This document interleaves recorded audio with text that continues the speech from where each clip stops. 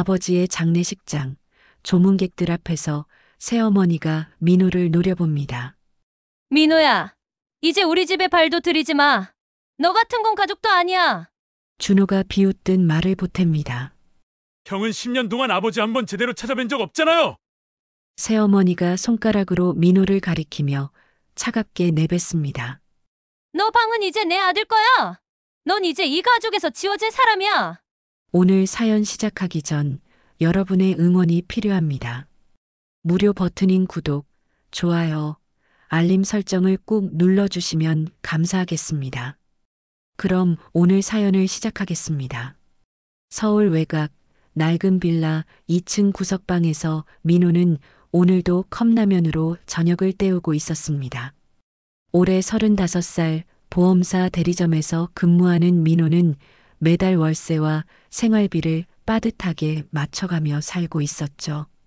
방 한쪽 벽에는 오래된 가족사진 한 장이 걸려 있었습니다. 어린 민호와 아버지가 함께 찍은 사진, 그때만 해도 둘은 서로에게 전부였습니다. 민호의 어머니는 민호가 7살 때 교통사고로 세상을 떠났고 그 후로 아버지와 민호는 단둘이 살아왔습니다. 아버지는 작은 철물점을 운영하며 민호를 키웠습니다. 넉넉하지 않았지만 아버지는 민호에게 최선을 다했습니다.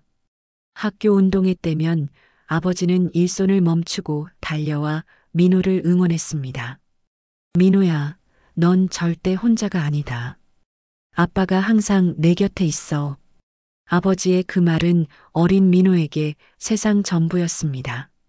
하지만 민호가 25살이 되던 해 아버지가 재혼을 결심하면서 모든 것이 달라졌습니다.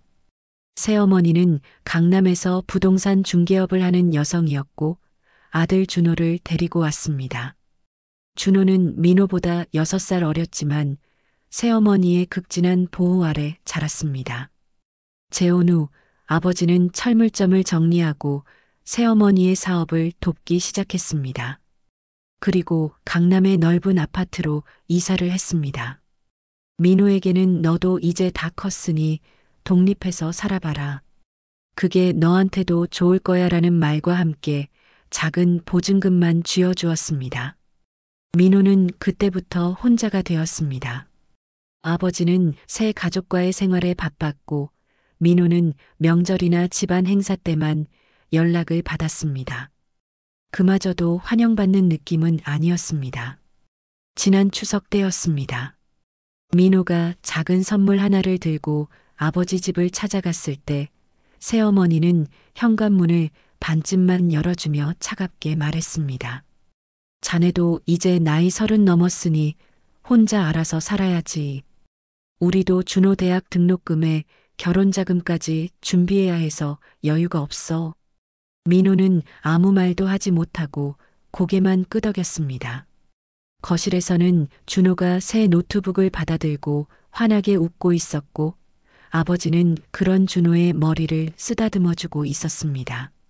민호는 그 모습을 보며 가슴이 먹먹해졌습니다. 저건 예전에 아버지가 나한테 해주던 모습인데. 민호는 선물 상자를 식탁 위에 조용히 내려놓고 인사도 제대로 하지 못한 채 집을 나왔습니다. 그날 저녁 민호는 빌라 계단에 앉아 맥주 캔을 따며 쓸쓸하게 중얼거렸습니다. 난 항상 이 집에선 이방인이지. 피를 나눈 아들인데도 말이야. 하늘을 올려다보니 별 하나 보이지 않는 서울의 밤하늘만 보였습니다. 민호는 그렇게 또 하루를 보냈습니다. 마음 한구석에는 아버지에 대한 그리움과 서운함이 뒤섞여 있었지만 민호는 그 감정을 애써 눌러 담았습니다.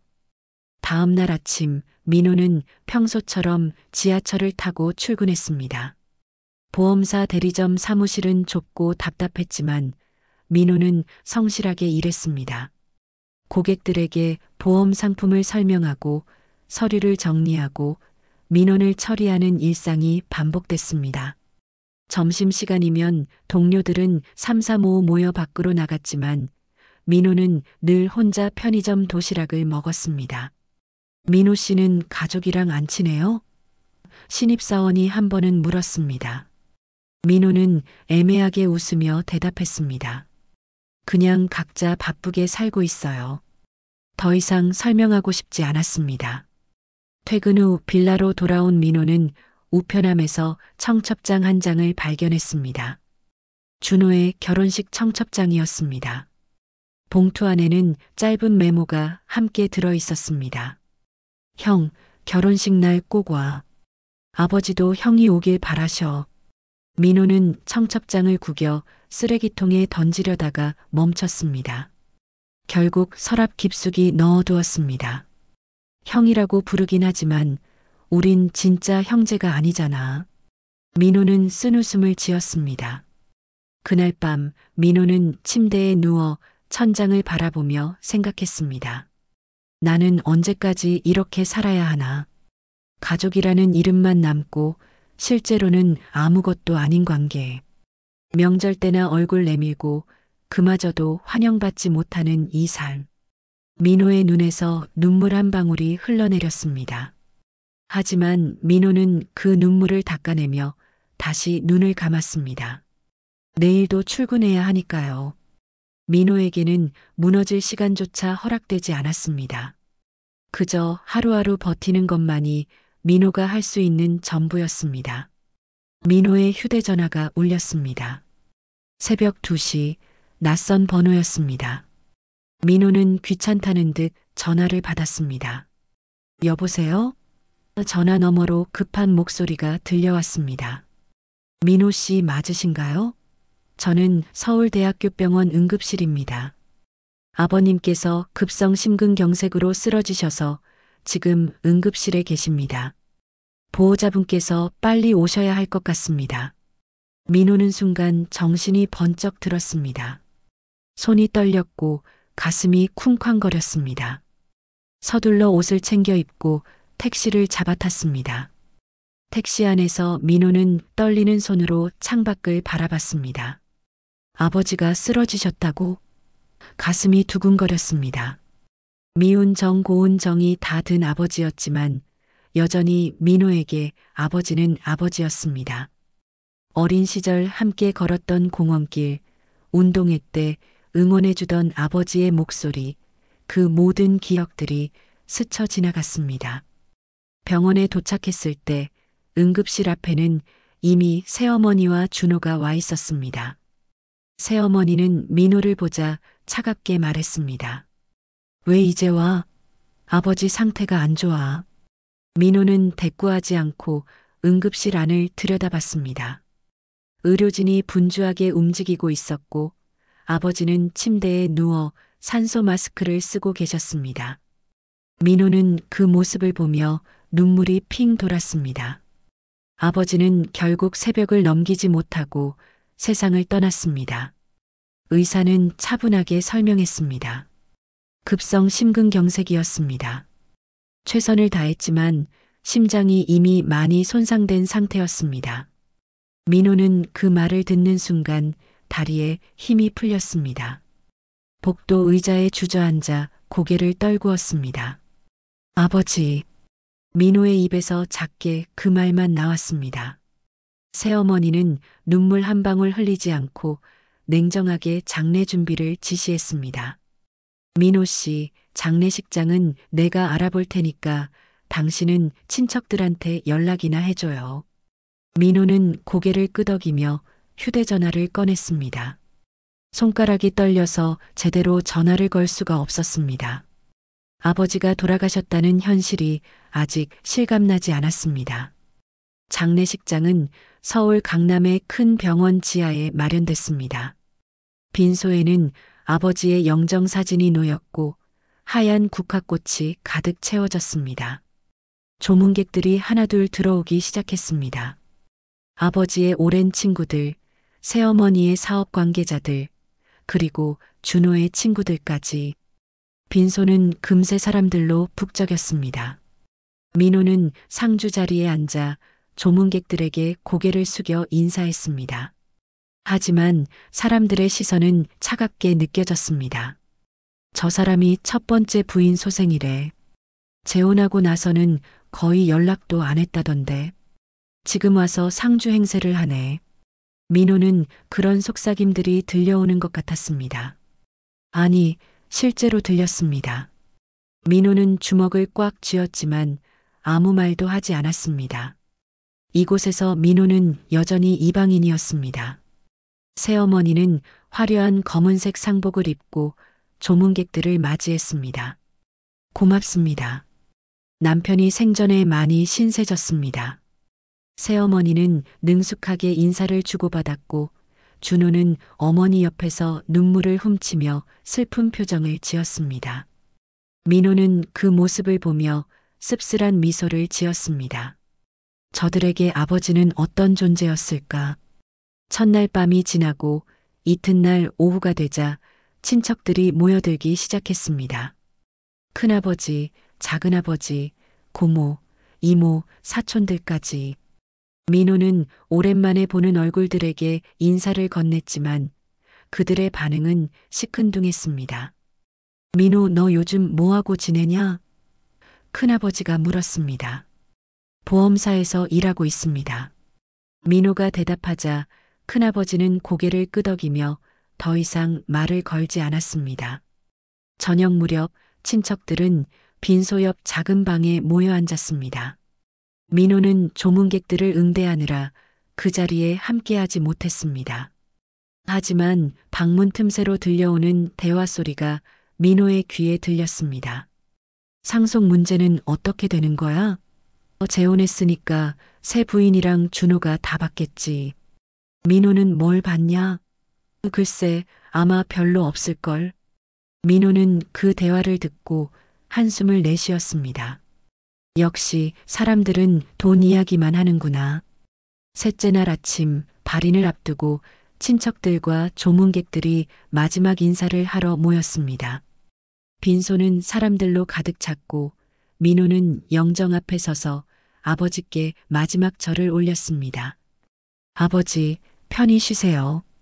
민호의 목소리는 떨렸고 눈물이 흘러내렸습니다. 어린 시절 아버지와 함께했던 따뜻한 기억들이 떠올랐습니다. 운동회 때 응원해주던 아버지, 밤늦게까지 일하고 돌아와 민호를 안아주던 아버지, 그 모든 순간들이 스쳐 지나갔습니다.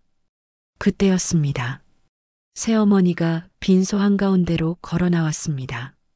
새어머니는 조문객들과 친척들을 향해 말하기 시작했습니다. 여러분, 오늘 이렇게 와주셔서 감사합니다. 남편이 생전에 여러분께 많은 도움을 받았습니다. 새어머니의 목소리는 차분했지만 어딘가 날카로운 기운이 느껴졌습니다. 민호는 불길한 예감이 들었습니다. 새어머니는 잠시 숨을 고르더니 민호를 똑바로 쳐다보며 말했습니다. 민호 씨, 이제 정리할 게 있어요. 민호는 긴장한 표정으로 새어머니를 바라봤습니다. 주변 사람들도 술렁이기 시작했습니다. 새어머니는 냉정한 목소리로 말을 이어갔습니다. 아버지께서 돌아가셨으니 이제 집안 정리를 해야죠. 민호 씨, 당신은 이제 성인이고 따로 살고 있으니까 우리 집에 올 필요 없어요. 민호는 그 말을 듣고 얼어붙었습니다. 주변 사람들이 웅성거리기 시작했습니다. 저게 무슨 소리야? 장례식장에서 저런 말을 하다니. 하지만 새어머니는 아랑곳하지 않고 계속 말했습니다. 그리고 민호 씨가 쓰던 방 있잖아요. 강남 아파트에 있던 그 작은 방. 이제 그 방은 준호 방으로 쓸 거예요. 준호가 결혼 준비하면서 짐이 많아졌거든요. 민호는 믿을 수 없다는 표정으로 새어머니를 바라봤습니다. 지금 무슨 말씀을 하시는 겁니까? 민호의 목소리는 떨렸습니다. 새어머니는 단호하게 말했습니다. 내 방은 이제 내 아들 거야. 민호 씨, 당신은 이제 이 가족이 아니에요. 아버지도 돌아가셨고 우리끼리 살아갈 거예요. 빈소는 순간 정적에 휩싸였습니다. 조문객들은 믿을 수 없다는 표정으로 새어머니를 바라봤고 친척들은 어색하게 고개를 돌렸습니다. 민호는 가슴이 무너지는 것 같았습니다. 아버지 장례식장에서 이런 말을 하다니. 민호의 눈에서 눈물이 흘러내렸지만 동시에 씁쓸한 웃음이 나왔습니다. 역시 나는 끝까지 이방인이구나. 민호는 천천히 고개를 들어 새어머니를 바라봤습니다. 그리고 조용히 말했습니다. 알겠습니다. 제가 나가겠습니다. 민호는 영정 앞에서 마지막으로 깊게 절을 올렸습니다. 아버지, 편히 쉬세요. 아들은 이제 제 길을 가겠습니다. 민호는 빈소를 나서며 주머니에서 작은 메모 한 장을 꺼냈습니다. 며칠 전 우편으로 받았던 메모였습니다. 발신인은 아버지의 옛 비서였던 노 교수였습니다. 메모에는 이렇게 적혀 있었습니다. 민호야, 아버지께서 내게 남긴 게 있다. 강남타워 옥상에서 확인하거라. 민호는 그 메모를 다시 주머니에 넣고 장례식장을 빠져나왔습니다. 밖은 차가운 겨울바람이 불고 있었습니다. 민호는 그 바람을 맞으며 쓸쓸하게 미소 지었습니다. 장례식장을 나선 민호는 한참을 걸었습니다. 어디로 가야 할지 막막했습니다. 빌라로 돌아가자니 공허했고 그렇다고 갈 곳도 없었습니다. 민호는 근처 공원 벤치에 앉아 하늘을 올려다봤습니다. 겨울 하늘은 회색빛으로 가득했고 찬바람이 얼굴을 스쳤습니다. 이제 정말 혼자구나. 민호는 주머니에서 노 교수가 보낸 메모를 다시 꺼냈습니다. 민호야, 아버지께서 내게 남긴 게 있다. 강남타워 옥상에서 확인하거라. 민호는 그 메모를 읽고 또 읽었습니다. 강남타워? 그게 뭐지? 민호는 그 건물에 대해 들어본 적이 없었습니다. 하지만 메모 뒷면에는 주소가 적혀 있었습니다. 강남구 테헤란로, 민호가 가본 적 없는 곳이었습니다. 민호는 일어서서 지하철역으로 향했습니다. 지하철을 타고 강남역에서 내렸습니다. 테헤란로는 고층 빌딩들이 즐비한 번화가였습니다. 민호는 메모에 적힌 주소를 찾아 걸었습니다. 10여 분을 걷자 눈앞에 거대한 유리 건물이 나타났습니다. 건물 입구에는 금색 글씨로 강남타워라고 적혀 있었습니다. 민호는 건물 앞에 서서 위를 올려다봤습니다. 20층은 좋게 되어 보이는 건물이었습니다. 이런 곳에 아버지가 남긴 게 있다고? 민호는 반신반의하며 건물 안으로 들어갔습니다. 로비는 대리석 바닥과 화려한 샹들리에로 꾸며져 있었고 정장을 입은 사람들이 분주하게 오가고 있었습니다. 민호는 경비 데스크로 다가갔습니다. 경비원은 민호를 보자 공손하게 인사했습니다. 어서 오십시오. 무엇을 도와드릴까요? 민호는 메모를 보여주며 물었습니다. 이 주소로 찾아왔는데요. 옥상에 올라가고 싶습니다. 경비원은 메모를 확인하더니 놀란 표정을 지었습니다. 혹시 민호 대표님 맞으십니까? 민호는 어리둥절한 표정으로 대답했습니다. 네, 저는 민호 맞는데 대표는 무슨...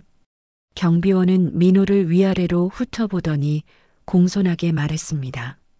드디어 오셨군요. 저희가 기다리고 있었습니다. 노 교수님께서 민호 대표님이 오시면 바로 안내하라고 하셨습니다. 경비원은 엘리베이터 쪽으로 민호를 안내했습니다. 민호는 혼란스러웠지만 경비원을 따라 엘리베이터에 올랐습니다. 경비원은 특별한 카드키를 찍고 최상층 버튼을 눌렀습니다. 옥상으로 가시려면 이 엘리베이터를 이용하셔야 합니다. 일반인은 접근할 수 없는 곳입니다. 엘리베이터가 올라가는 동안 민호의 가슴은 두근거렸습니다. 도대체 무슨 일이지? 엘리베이터가 멈추고 문이 열렸습니다. 눈앞에는 옥상으로 통하는 문이 보였습니다. 민호는 천천히 문을 열고 밖으로 나갔습니다. 옥상은 넓고 깨끗했으며 서울 전경이 한눈에 내려다 보였습니다. 겨울 햇살이 빌딩들 사이로 비치고 있었고 바람이 세차게 불었습니다. 옥상 한쪽에는 나이 든 남자가 서 있었습니다. 회색 코트를 입은 그 남자는 민호를 보자 미소를 지었습니다. 민호야, 드디어 왔구나. 나를 기억하니? 나는 노 교수다. 아버지의 오랜 친구이자 비서였지. 민호는 노 교수를 기억했습니다. 어릴 적 아버지와 함께 있던 그 사람이었습니다. 노 교수님, 여기가 대체 어떤 곳입니까? 그리고 아버지가 제게 남긴 게 뭡니까? 민호의 목소리는 떨렸습니다. 노 교수는 천천히 민호에게 다가와 어깨에 손을 올렸습니다. 민호야, 이 건물이 바로 아버지가 내게 남긴 거다. 민호는 눈이 휘둥그레졌습니다. 네, 이 건물을요? 노 교수는 고개를 끄덕이며 설명하기 시작했습니다. 내 아버지는 20년 전부터 부동산 투자를 해왔다. 철물점을 운영하면서도 틈틈이 돈을 모아 강남 땅을 샀고 그 땅 위에 이 건물을 지었지. 하지만 아버지는 이 사실을 가족들에게 알리지 않았어. 특히 재혼 후에는 더욱 철저히 숨겼지. 민호는 믿을 수 없다는 표정으로 주변을 둘러봤습니다. 그럼 이 건물이 정말 제 겁니까? 노 교수는 가방에서 서류 봉투를 꺼냈습니다. 여기 등기부등본이 있다. 이 건물의 소유주는 박민호, 바로 너야. 아버지는 오래전부터 이 건물을 내 명의로 등기해뒀어. 3년 전부터 준비한 일이지. 민호는 떨리는 손으로 서류를 받았습니다. 등기부등본에는 분명히 민호의 이름이 적혀 있었습니다. 건물 전체의 소유권자가 박민호였습니다. 이건 꿈이 아니겠죠? 민호는 믿기지 않는다는 표정으로 노 교수를 바라봤습니다. 노 교수는 부드럽게 미소 지었습니다. 꿈이 아니야, 민호야. 이건 모두 내 거다. 노 교수는 계속 설명했습니다. 이 건물은 현재 시가로 400억 원이 넘는 가치를 가지고 있어. 그리고 건물 안에는 여러 회사들이 입주해 있고 매달 임대료가 들어오지. 아버지는 이 모든 걸 너한테 남기려고 했던 거야. 새어머니나 준호는 이 건물에 대해 전혀 모르고 있어. 민호는 서류를 꼭 쥐고 눈물을 흘렸습니다. 아버지가 저를 위해 이런 걸 준비하셨다니. 노 교수는 민호의 어깨를 토닥였습니다. 아버지는 재혼 후 너한테 잘해주지 못한 걸 항상 미안해 하셨어. 새어머니와의 관계 때문에 내가 소외될 수밖에 없었다는 걸 알고 계셨지. 그래서 이렇게라도 너한테 보상하고 싶어 하셨던 거야. 민호는 옥상 난간으로 걸어가 서울 풍경을 내려다봤습니다. 눈물이 멈추지 않았습니다. 아버지, 저는 아버지가 저를 잊으신 줄 알았어요. 새 가족만 사랑하시는 줄 알았어요. 하지만 아버지는 끝까지 저를 지켜주고 계셨네요. 민호의 목소리는 울먹였습니다. 노 교수는 민호 옆에 섰습니다. 아버지는 마지막까지 너를 걱정하셨어. 그리고 이 건물의 관리를 나한테 부탁하셨지. 민호가 찾아올 때까지 잘 지켜달라고 말이야. 민호는 고개를 끄덕이며 눈물을 닦았습니다. 감사합니다, 교수님. 아버지의 마음을 전해주셔서. 하지만 노 교수의 표정이 갑자기 어두워졌습니다. 민호야, 하지만 조심해야 해. 이 사실이 새어머니와 친척들에게 알려지면 큰 문제가 생길 거야. 그들은 분명히 상속 소송을 걸 거고 너를 괴롭힐 거야. 민호는 굳은 표정으로 고개를 끄덕였습니다. 알겠습니다. 조심하겠습니다. 옥상에서 내려온 민호는 머릿속이 복잡했습니다. 400억 원짜리 건물의 주인이 되었다는 사실이 실감나지 않았습니다. 빌라로 돌아온 민호는 침대에 누워 천장을 바라봤습니다. 아버지, 정말 감사합니다. 민호는 눈물을 흘리며 중얼거렸습니다. 하지만 기쁨도 잠시 노 교수의 경고가 떠올랐습니다. 조심해야 해. 그들은 분명히 너를 괴롭힐 거야. 다음 날 아침 민호의 휴대전화가 울렸습니다. 큰아버지였습니다. 민호야, 어제 장례식장에서 갑자기 나가버려서 걱정했다. 오늘 저녁에 친척 회의가 있으니까 꼭 와라. 내 아버지 재산 정리 문제로 이야기할 게 있어. 민호는 가슴이 철렁했습니다. 네, 알겠습니다. 민호는 전화를 끊고 한숨을 내쉬었습니다. 벌써 시작되는구나. 저녁이 되어 민호는 큰아버지 집으로 향했습니다. 거실에는 이미 친척들이 모여 앉아 있었습니다.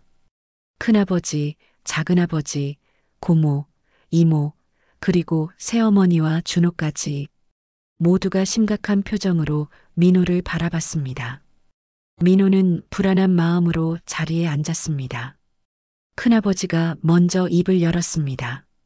민호야, 내 아버지가 돌아가셨으니 이제 재산 정리를 해야 한다.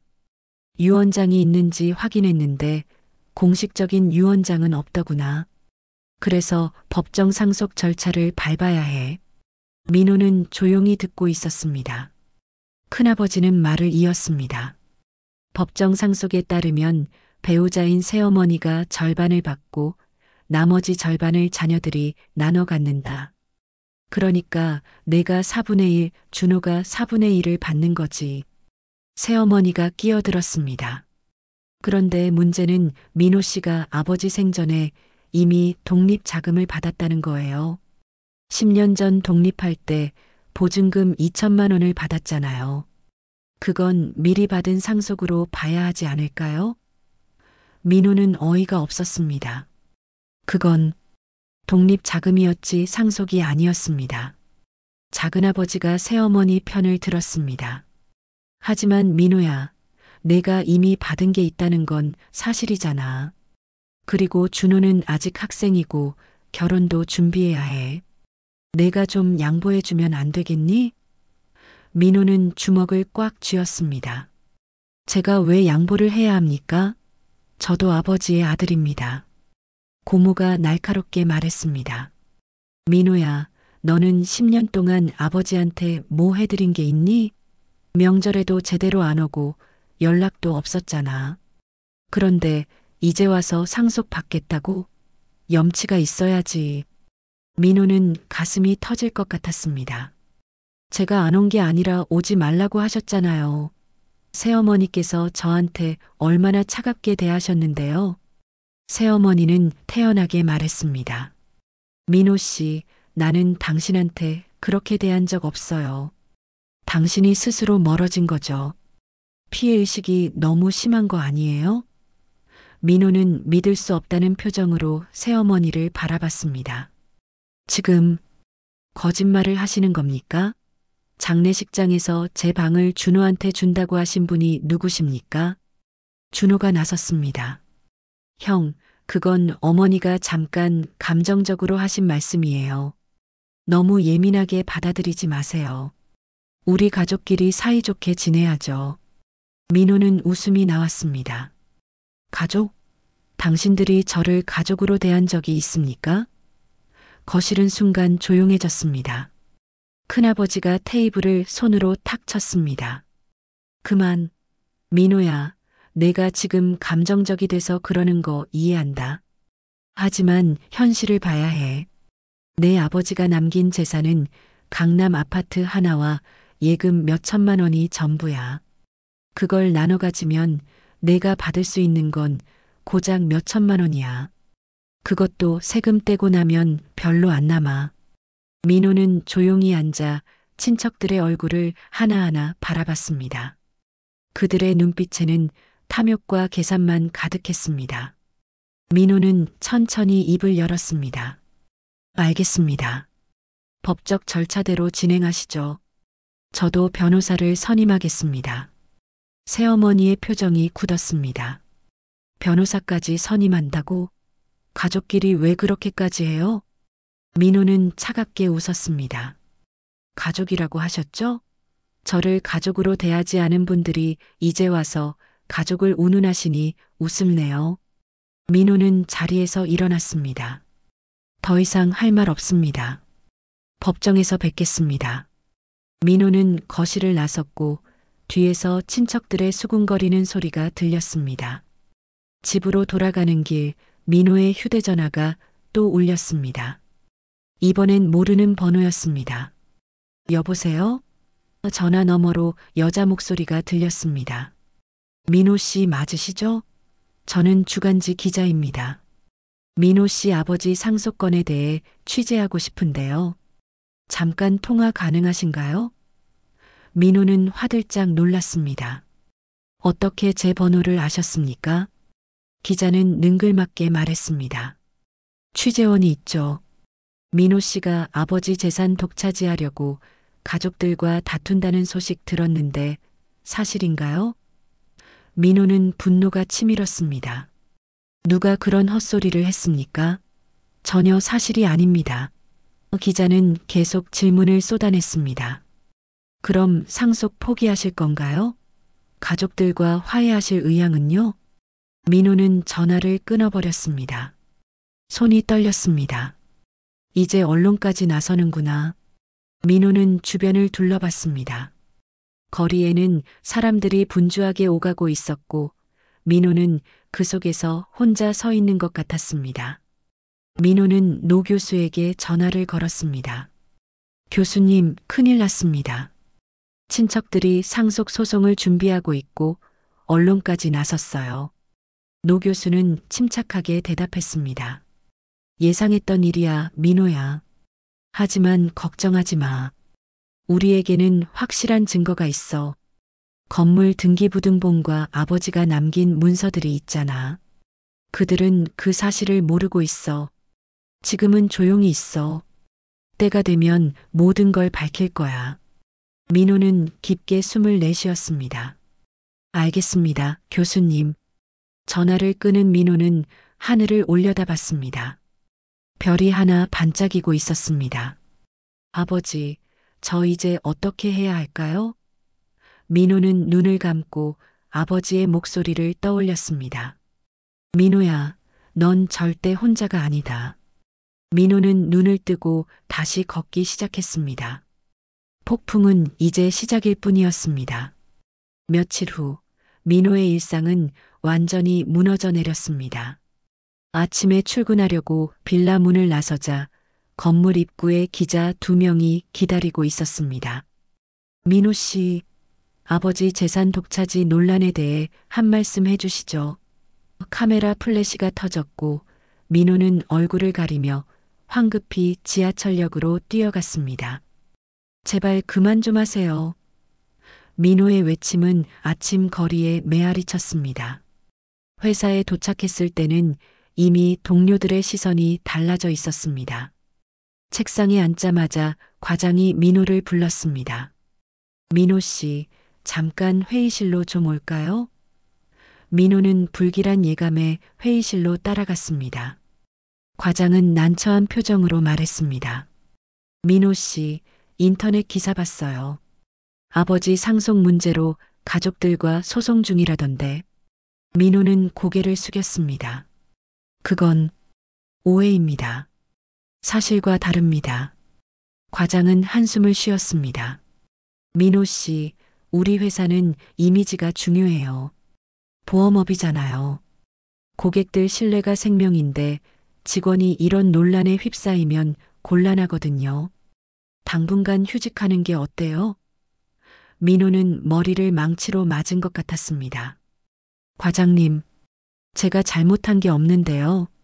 과장은 미안한 표정을 지었지만 말은 단호했습니다.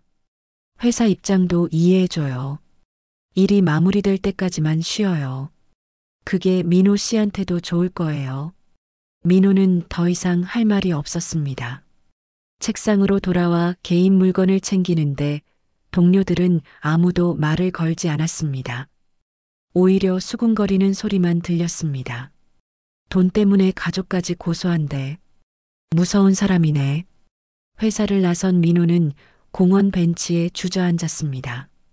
손에는 회사 출입증이 들려 있었습니다. 내가 뭘 잘못했지? 아버지가 제게 남긴 걸 받으려는 게 죄인가? 민호는 하늘을 올려다봤습니다. 구름 한 점 없는 맑은 하늘이었지만 민호의 마음은 먹구름으로 가득했습니다. 휴대전화가 또 울렸습니다. 이번엔 빌라 주인이었습니다. 민호 씨, 나 집주인인데요. 요즘 기자들이 건물 앞에서 진치고 있어서 다른 세입자들이 불편해하거든요. 미안하지만 다음 달까지 이사 좀 나가주실 수 있어요? 민호는 입이 떡 벌어졌습니다. 네, 제가 계약 기간이 아직 남았는데요. 집주인은 난처하게 말했습니다. 알아요. 그래도 이해 좀 해줘요.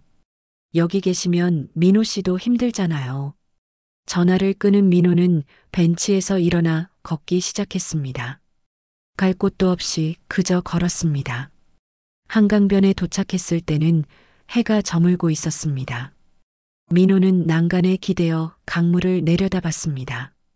이렇게 살아야 하나. 차라리 민호의 머릿속에 어두운 생각이 스쳤습니다.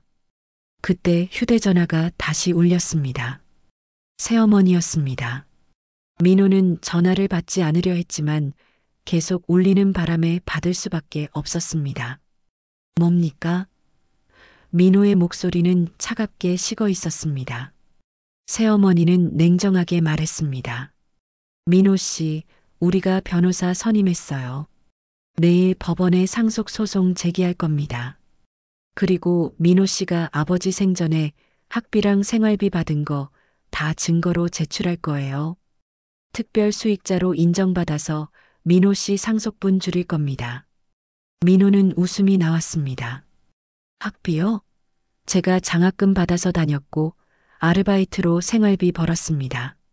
아버지한테 받은 돈 없습니다. 새어머니는 비웃듯이 말했습니다. 증명할 수 있어요? 20년 전 일인데 우리는 증인도 있고 서류도 만들 수 있어요. 법정에서 뵙죠. 전화가 끊겼습니다. 민호는 휴대전화를 꽉 쥐었습니다. 손이 부들부들 떨렸습니다. 거짓말까지 하면서 이렇게까지 하는 거야? 민호는 난간을 붙잡고 눈을 감았습니다. 눈물이 주르륵 흘러내렸습니다. 아버지, 저 이제 어떻게 해요? 세상이 다 저를 미워하는 것 같아요. 그때 어린 시절 기억이 떠올랐습니다. 초등학교 운동회 날 민호는 달리기에서 넘어졌습니다. 무릎이 까져서 피가 났고 민호는 울면서 포기하려 했습니다. 그때 아버지가 달려와 민호를 일으켜 세웠습니다. 민호야, 넘어졌다고 끝난 게 아니야. 다시 일어나면 돼. 아빠가 여기 있잖아. 넌 절대 혼자가 아니야. 민호는 눈을 떴습니다. 한강 너머로 서울의 불빛들이 하나둘 켜지고 있었습니다. 강남 쪽 하늘에는 고층 빌딩들이 빛나고 있었습니다. 그중 하나가 민호의 건물이었습니다. 그래, 나는 혼자가 아니야. 아버지가 남겨주신 게 있어. 나는 포기하지 않을 거야. 민호는 주머니에서 노 교수의 명함을 꺼냈습니다. 그리고 전화를 걸었습니다. 교수님, 저 민호입니다. 새어머니가 소송을 제기한답니다. 거짓 증거까지 만들 거래요. 노 교수는 침착하게 대답했습니다. 민호야, 진정해. 내일 내 사무실로 와. 우리도 대응할 준비를 하자.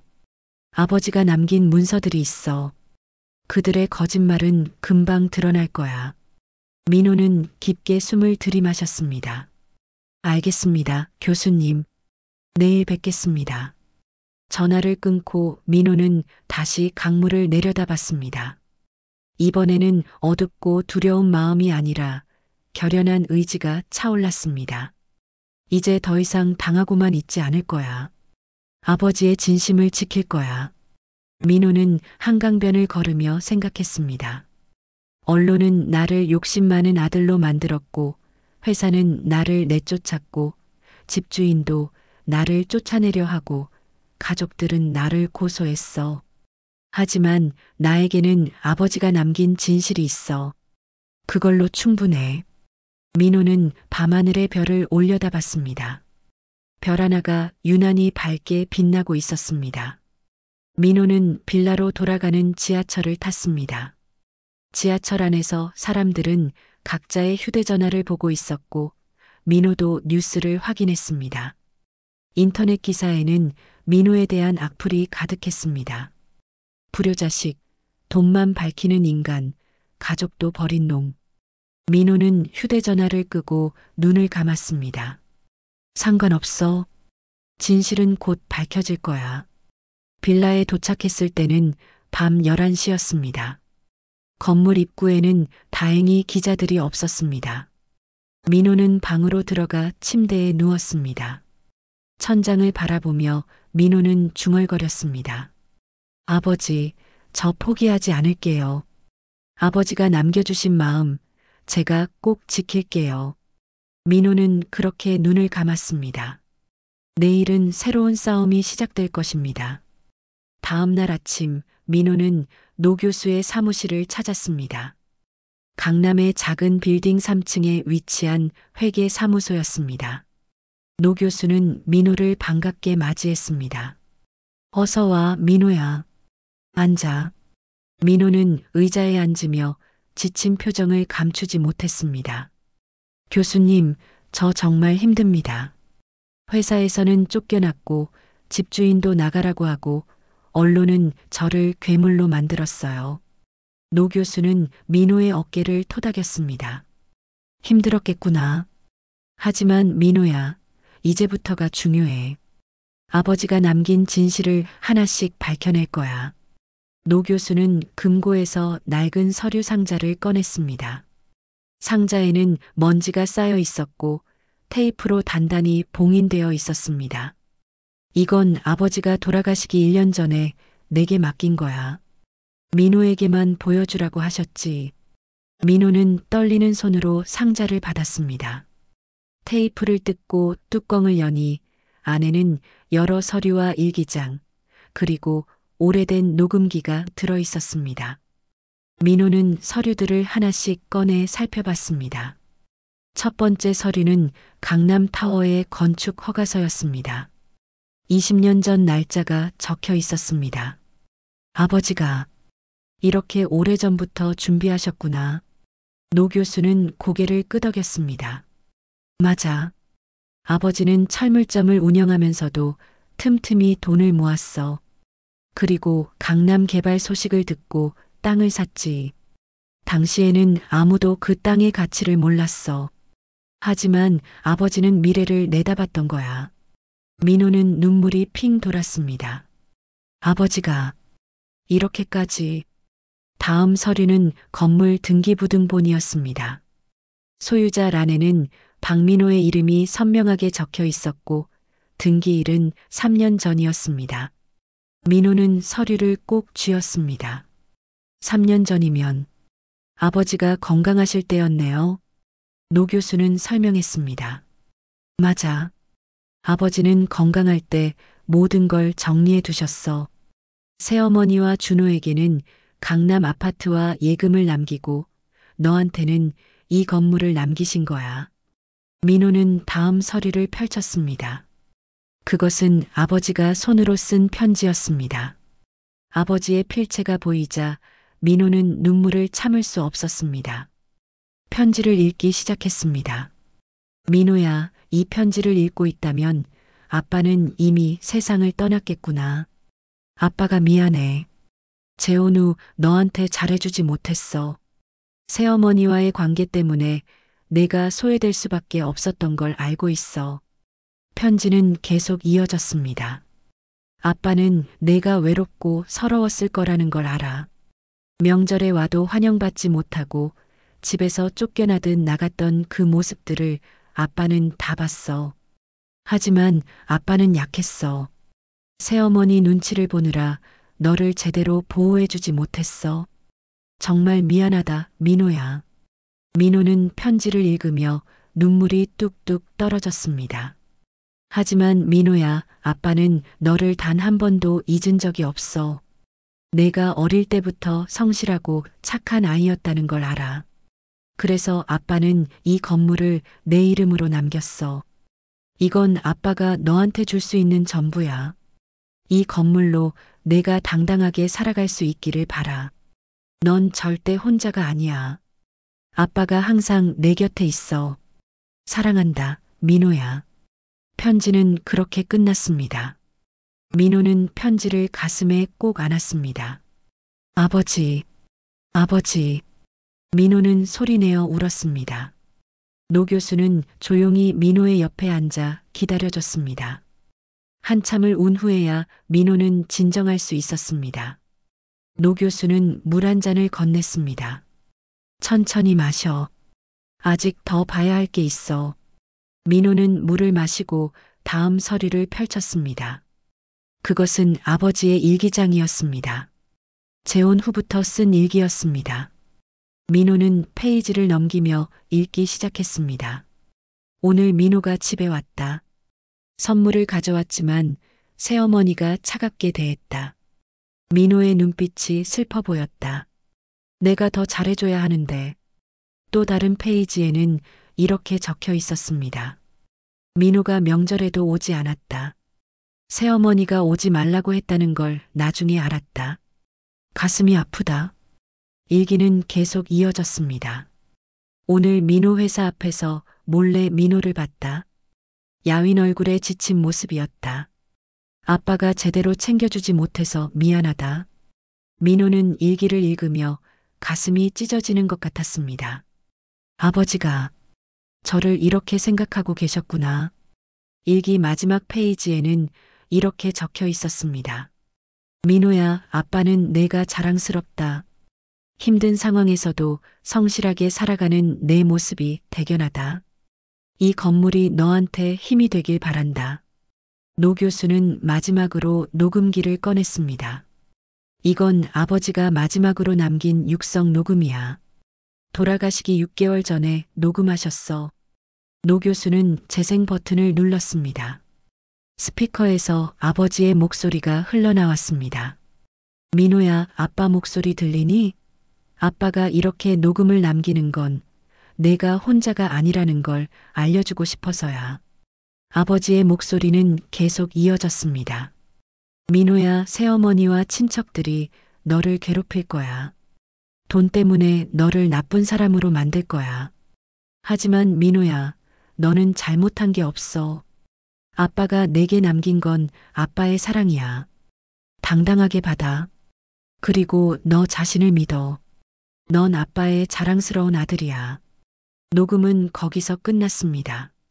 민호는 녹음기를 꼭 쥐고 눈물을 흘렸습니다.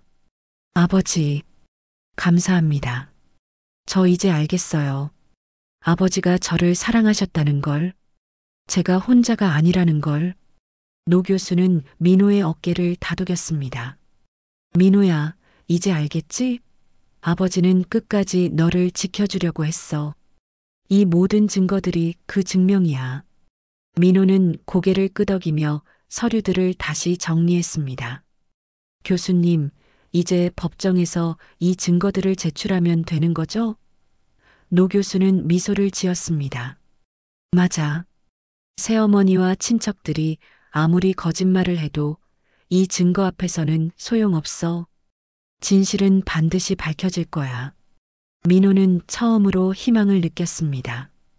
감사합니다, 교수님. 아버지의 마음을 지킬 수 있을 것 같아요. 노 교수는 민호를 바라보며 말했습니다.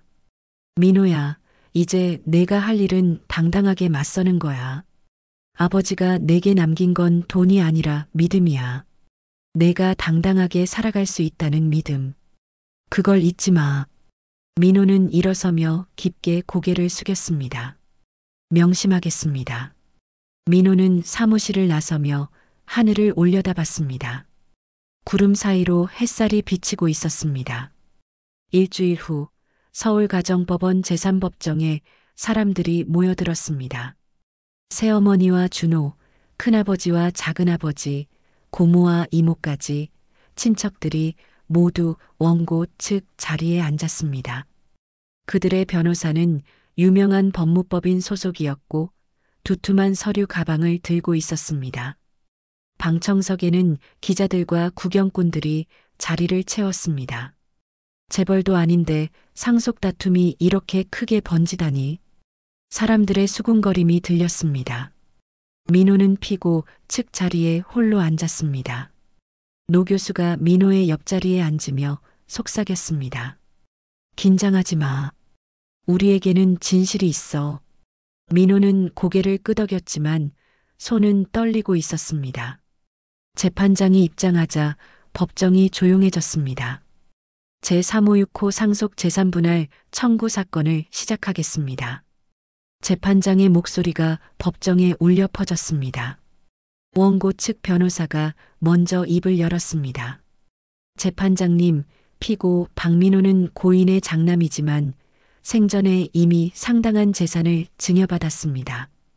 10년 전 독립할 때 2천만 원을 받았고 대학 등록금과 생활비를 고인으로부터 지원받았습니다. 이는 특별 수익에 해당하므로 상속분에서 차감되어야 합니다. 민호는 자리에서 벌떡 일어났습니다. 그건 거짓말입니다. 재판장이 망치를 두드렸습니다. 피고는 자리에 앉으십시오. 차례가 되면 말씀하실 기회를 드리겠습니다. 민호는 억울한 마음에 주먹을 쥐었지만 자리에 앉을 수밖에 없었습니다. 원고 측 변호사는 계속 말을 이었습니다. 또한 피고는 10년 동안 고인을 방문하지 않았고 효도도 하지 않았습니다. 반면 원고 김준호는 고인을 극진히 모셨습니다. 이러한 점을 고려하여 피고의 상속분을 줄여주시기 바랍니다. 증인으로 큰아버지가 나섰습니다. 재판장님, 제가 증인으로서 말씀드리겠습니다. 민호는 아버지가 재혼한 후 집에 거의 오지 않았습니다. 명절에도 얼굴을 비치지 않았고 연락도 하지 않았습니다. 반면 준호는 아버지를 친아버지처럼 모셨습니다. 병원에도 자주 모시고 갔고 효도를 다했습니다. 방청석에서 사람들이 고개를 끄덕였습니다. 재판장이 민호를 바라봤습니다.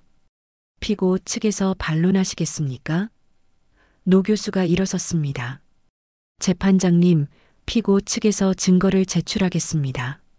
노 교수는 서류 가방에서 두툼한 서류철을 꺼냈습니다. 재판장과 원고 측 변호사에게 서류를 건넸습니다. 이것은 고인이 생전에 작성한 재산 목록과 증여 내역입니다. 원고 측 변호사가 서류를 펼쳐보더니 얼굴이 굳었습니다. 새어머니도 서류를 보자 안색이 창백해졌습니다. 노 교수는 침착하게 설명했습니다. 재판장님, 고인 박만수 씨는 강남구 테헤란로에 위치한 강남타워를 소유하고 계셨습니다. 이 건물은 20층 규모로 현재 시가 400억 원이 넘습니다. 그리고 이 건물은 3년 전에 이미 피고 박민호 명의로 등기되었습니다. 법정이 술렁이기 시작했습니다. 기자들은 메모를 하고 방청객들은 놀란 표정으로 서로를 쳐다봤습니다. 재판장도 놀란 표정으로 등기부등본을 확인했습니다. 이것이 사실입니까? 노 교수는 고개를 끄덕였습니다. 네, 재판장님. 등기부등본에 명시되어 있듯이 이 건물의 소유자는 피고 박민호입니다. 고인은 생전에 이 건물을 피고에게 증여했습니다. 새어머니가 자리에서 일어나 소리쳤습니다. 이게 무슨 소리예요? 그런 건물이 있다는 말을 들어본 적이 없어요. 남편이 저한테 숨겼다는 거예요? 재판장이 망치를 두드렸습니다. 정숙하십시오. 새어머니는 떨리는 목소리로 변호사에게 물었습니다. 이게 진짜예요? 변호사는 난처한 표정으로 고개를 끄덕였습니다. 노 교수는 다음 증거를 제출했습니다. 재판장님, 고인이 작성한 편지와 일기장, 그리고 육성 녹음도 있습니다. 이를 통해 고인의 진심을 확인하실 수 있습니다. 재판장은 편지를 읽기 시작했습니다. 법정은 조용했고 모두가 재판장의 표정을 지켜봤습니다. 재판장은 편지를 다 읽고 나서 녹음기를 틀었습니다. 아버지의 목소리가 법정에 울려 퍼졌습니다. 민호야, 아빠가 내게 남긴 건 아빠의 사랑이야. 새어머니와 친척들이 너를 괴롭힐 거야.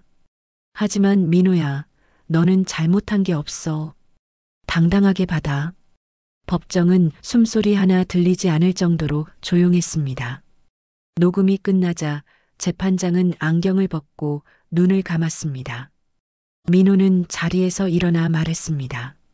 재판장님, 저는 아버지로부터 대학 등록금을 받은 적이 없습니다. 장학금과 아르바이트로 학비를 냈습니다. 독립할 때 받은 2천만 원도 저축해둔 제 돈이었습니다. 원고 측의 주장은 모두 거짓입니다. 민호는 통장 사본을 제출했습니다. 이것이 제가 대학 시절 아르바이트로 번 돈의 입금 내역입니다. 큰아버지는 당황한 표정으로 말을 더듬었습니다. 그래도 민호가 집에 오지 않은 건 사실 아닙니까? 민호는 큰아버지를 똑바로 바라보며 말했습니다. 제가 가지 않은 게 아니라 오지 말라는 말을 들었습니다. 새어머니께서 명절마다 저를 거절하셨습니다. 아버지의 일기에도 그 내용이 적혀 있습니다. 재판장은 일기를 펼쳐 확인했습니다. 오늘 새어머니가 민호에게 오지 말라고 했다는 걸 알았다. 가슴이 아프다. 재판장은 일기를 덮고 새어머니를 바라봤습니다. 새어머니는 고개를 숙였습니다. 재판장은 원고 측 변호사에게 물었습니다. 원고 측에서 추가로 제출할 증거가 있습니까? 원고 측 변호사는 난처한 표정으로 대답했습니다. 재판장님, 잠시 휴정을 요청드립니다. 재판장은 고개를 끄덕였습니다. 10분 휴정하겠습니다. 재판장이 퇴장하자 법정은 다시 소란스러워졌습니다. 새어머니는 변호사와 급히 상의했고 친척들은 당황한 표정으로 수군거렸습니다. 민호는 노 교수를 바라보며 조용히 말했습니다. 교수님, 이제 끝난 건가요? 노 교수는 미소를 지었습니다.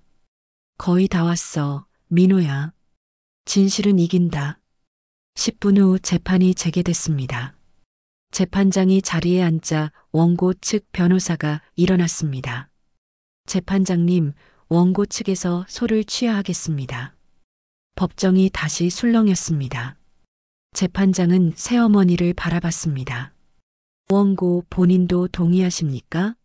새어머니는 고개를 숙인 채 작은 목소리로 대답했습니다. 네, 동의합니다. 재판장은 망치를 두드렸습니다. 원고의 소취하를 인정합니다. 본 사건은 종결됩니다. 민호는 그 순간 눈물이 쏟아졌습니다. 아버지, 감사합니다. 법정을 나선 민호는 법원 계단에 서서 하늘을 올려다봤습니다. 파란 하늘에 구름이 천천히 흘러가고 있었습니다. 아버지, 해냈어요. 아버지의 마음을 지켰어요. 민호는 눈물을 닦으며 미소 지었습니다. 노 교수가 민호의 어깨를 토닥였습니다. 잘했어, 민호야. 아버지도 자랑스러워 하실 거야. 민호는 고개를 끄덕이며 깊게 숨을 들이마셨습니다. 뒤에서 누군가 민호를 불렀습니다. 민호 씨. 돌아보니 새어머니가 서 있었습니다. 얼굴은 창백했고 눈가는 붉게 부어 있었습니다. 민호는 경계하는 표정으로 새어머니를 바라봤습니다. 새어머니는 한참을 망설이다가 조용히 말했습니다. 미안합니다. 제가 너무 욕심을 부렸어요. 당신 아버지가 당신을 얼마나 사랑했는지 이제야 알았어요. 민호는 아무 말도 하지 않았습니다. 새어머니는 계속 말을 이었습니다. 아버지가 돌아가시기 전에 저한테 말씀하셨어요. 민호를 잘 대해달라고. 민호는 외롭게 자란 아이니까 따뜻하게 대해달라고. 하지만 저는 그 말을 무시했어요. 제 아들만 생각했어요. 새어머니의 목소리는 떨렸습니다. 민호는 한참을 침묵하다가 입을 열었습니다. 새어머니, 저는 새어머니를 원망하지 않습니다. 새어머니도 준호를 지키려고 했던 거잖아요. 어머니로서 당연한 마음이었다고 생각해요. 새어머니는 고개를 들어 민호를 바라봤습니다. 정말 용서해 주는 건가요? 민호는 고개를 끄덕였습니다. 네. 아버지라면 그렇게 하셨을 거예요. 새어머니는 눈물을 흘리며 고개를 숙였습니다. 감사합니다. 정말 미안합니다. 새어머니는 그렇게 말하고 돌아섰습니다. 민호는 새어머니의 뒷모습을 바라보며 한숨을 내쉬었습니다. 이제 정말 끝났구나. 노 교수는 민호를 바라보며 말했습니다. 민호야, 이제 내 인생을 살아갈 시간이야. 한 달 후, 민호는 강남타워 20층 사무실에 앉아 있었습니다. 넓은 사무실 창문으로는 서울 전경이 한눈에 보였습니다. 책상 위에는 아버지의 사진이 놓여 있었고, 민호는 그 사진을 바라보며 미소 지었습니다. 아버지, 저 이제 이 건물의 주인으로 당당하게 살겠습니다. 민호는 사진에 대고 말했습니다. 노 교수가 문을 두드리며 들어왔습니다. 민호야, 오늘 임차인 대표들과의 회의 준비됐어. 민호는 고개를 끄덕이며 일어섰습니다. 회의실에는 건물에 입주한 여러 회사 대표들이 모여 있었습니다. 민호는 그들 앞에 서서 인사했습니다. 안녕하십니까? 강남타워의 새 건물주 박민호입니다. 앞으로 잘 부탁드립니다. 회의가 끝나고 민호는 다시 사무실로 돌아왔습니다. 책상에는 여러 서류들이 쌓여 있었습니다. 임대계약서, 관리비 내역서, 세금 고지서 등. 민호는 서류들을 하나씩 검토하며 생각했습니다. 이제 저도 책임감 있는 어른이 됐구나. 민호는 아버지의 사진을 다시 바라봤습니다. 아버지, 제가 잘할 수 있을까요? 그날 저녁 민호는 강남타워 옥상으로 올라갔습니다. 해가 지고 있었고 서울의 빌딩들이 하나둘 불을 켜기 시작했습니다. 민호는 난간에 기대어 석양을 바라봤습니다. 겨울바람이 차갑게 불었지만 민호의 마음은 따뜻했습니다. 아버지, 저 이제 혼자가 아니라는 걸 알아요. 아버지가 항상 저와 함께하고 계시니까요. 민호는 주머니에서 아버지의 편지를 꺼냈습니다. 낡고 구겨진 편지였지만 민호에게는 세상에서 가장 소중한 보물이었습니다. 편지의 마지막 문장을 다시 읽었습니다. 넌 절대 혼자가 아니야. 아빠가 항상 내 곁에 있어. 사랑한다, 민호야. 민호는 편지를 가슴에 꼭 안았습니다. 며칠 후 민호는 중요한 결정을 내렸습니다. 강남타워 1층 일부를 청소년 쉼터로 개방하기로 한 것입니다. 집 없는 청소년들이 따뜻하게 지낼 수 있는 공간을 만들고 싶었습니다. 민호 자신도 외롭고 힘든 시간을 보냈기에 그런 아이들을 돕고 싶었습니다. 노 교수는 민호의 결정을 적극 지지했습니다. 아버지가 기뻐하실 거야, 민호야. 또한 민호는 3층을 무료 도서관으로 만들었습니다. 공부하고 싶어도 여건이 안 되는 학생들을 위한 공간이었습니다. 책상과 의자를 배치하고 수천 권의 책을 비치했습니다. 개관식 날 많은 학생들이 찾아왔고 민호는 그들을 반갑게 맞이했습니다. 마음껏 이용하세요. 여기는 여러분을 위한 공간입니다. 언론도 민호의 이야기를 새롭게 다뤘습니다. 상속 다툼의 주인공, 청소년 쉼터와 무료 도서관 개방, 400억 빌딩 주인, 사회 환원 나서. 기사 댓글에는 응원의 메시지가 가득했습니다. 처음엔 오해했는데 진짜 착한 사람이네요. 아버지의 사랑을 제대로 이어가는구나. 민호는 그런 댓글들을 보며 조용히 미소 지었습니다. 어느 토요일 오후 민호는 아버지의 묘를 찾았습니다. 묘지는 경기도 외곽의 조용한 곳에 있었습니다. 민호는 묘 앞에 무릎을 꿇고 앉았습니다. 아버지, 요즘 잘 지내고 있어요. 건물 관리도 열심히 하고 있고 쉼터와 도서관도 잘 운영되고 있어요. 민호는 아버지에게 근황을 전했습니다. 아버지, 처음엔 정말 힘들었어요. 모두가 저를 미워하고 세상이 저를 버린 것 같았어요. 하지만 아버지가 남겨주신 편지와 일기, 그리고 녹음을 듣고 깨달았어요. 제가 혼자가 아니라는 걸, 아버지가 항상 저를 사랑하셨다는 걸. 민호의 목소리는 떨렸습니다. 아버지, 제가 받은 유산은 돈이 아니라 사랑이었어요. 아버지의 믿음과 사랑. 그게 진짜 유산이었어요. 저 이제 그걸 알아요. 그리고 그 사랑을 다른 사람들에게도 나눠주며 살겠어요. 아버지처럼 따뜻한 사람이 되겠어요. 민호는 눈물을 흘리며 말했습니다. 민호는 묘 앞에 국화꽃을 놓고 절을 올렸습니다. 아버지, 사랑합니다. 그리고 감사합니다. 저를 낳아주시고 키워주시고 끝까지 지켜주셔서 감사합니다. 아버지 아들로 태어난 게 자랑스러워요. 민호는 일어서서 묘를 바라봤습니다. 바람이 불어와 나뭇잎들이 흔들렸습니다. 민호는 묘지를 나서며 뒤돌아봤습니다. 석양이 묘지를 비추고 있었고 따뜻한 빛이 가득했습니다. 민호는 미소 지으며 중얼거렸습니다. 아버지, 저 잘 살겠습니다. 당당하게, 떳떳하게 살겠습니다. 아버지가 자랑스러워 하실 수 있도록. 민호는 그렇게 말하고 돌아섰습니다. 차를 타고 서울로 돌아가는 길, 민호는 창밖을 바라봤습니다. 석양이 도시를 물들이고 있었고 강남타워가 저 멀리 보였습니다.